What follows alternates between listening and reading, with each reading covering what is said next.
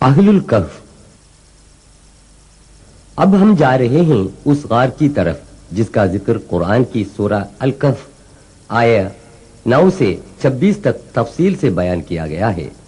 ٹراجن 98 سے 117 عیسوی تک سلطنت روم کا عیسائی بادشاہ تھا۔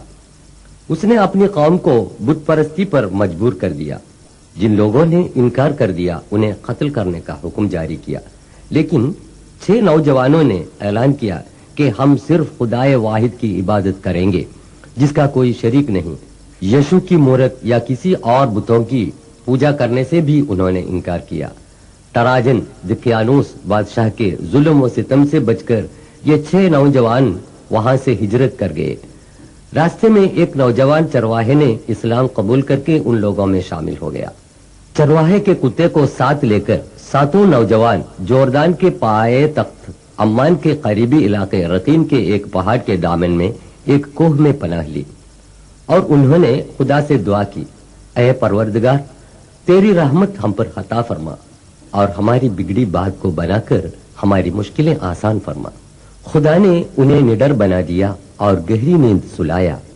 300 سال کی مسلسل نیند سے یہ نوجوان بیدار ہو گئے تو انہیں ایسا محسوس ہوا کہ ہم چند گھنٹوں کے لیے سو گئے تھے۔ اس غلط فہمی میں ان میں سے ایک کو کھانا لانے کے لیے بازار میں بھیج دیا۔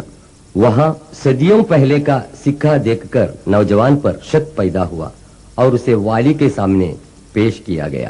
والی نے سمجھ لیا کہ یہ 7 نوجوان 300 سال پہلے خدائے واحد پر ایمان لا کر اس غار میں پناہ گزین تھے اور اب خدا کے حکم سے بیدار ہو گئے ہیں۔ والی نے اس نوجوان کو شاہنشاہ بیزانٹین تھیوڈیشس ثانی کے سامنے حاضر کیا۔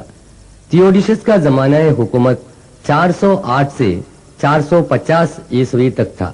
دوسرے نوجوانوں کو دیکھنے کے لیے نوجوان کے ساتھ بادشاہ، والی اور وہاں کے لوگ غار میں آئے اور ان کی بڑی عزت کی۔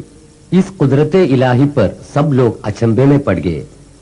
اس واقعے کے ذریعے خدا یہ دکھا رہا تھا ہر انسان روز محشر میں پھر سے زندہ کیا جائے گا۔ یہ 7 نوجوان پھر سے غار میں گہری نیند سلائے گئے اور موت کی آغوش میں ہمیشہ کے لیے سو گئے۔ ان کی لاشیں غار میں الگ الگ قبروں میں مدفن تھیں، لیکن بعد میں ایک ہی قبر میں دفن کی گئی۔ آج بھی ان کی ہڈیاں قبر میں محفوظ ہیں۔ غار کا پہرے دار محمد یوسف ابو عرقوب اس کا بیان دے رہا ہے۔ قال قائل منهم كم لبثتم قالوا لبثنا يوما او بعض يوم قالوا ربكم اعلم بما لبثتم۔ یہ غار کی وہ سوراخ ہے جس کے ذریعے ہوا اور روشنی اندر آتی ہے۔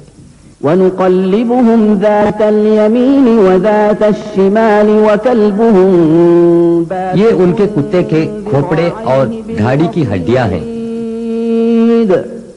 لو اطلعت عليهم لوليت منهم فرارا ولملئت۔ غار کے اوپر جو ستون ہیں وہ اہل غار کی عزت میں روم کی قوم کی بنائی گئی مسجد کے کھنڈر ہیں۔ بازو میں نظر آنے والے یہ پتھر خلیفہ بنی امیہ عبد الملک کی بنائی گئی یادگار کے آثار ہیں۔ مشہور محقق رفیق وفا الدیجانی کی رہنمائی میں سب سے آخر میں 1963 عیسوی میں غار کی منہ سے مٹی ہٹا دی گئی۔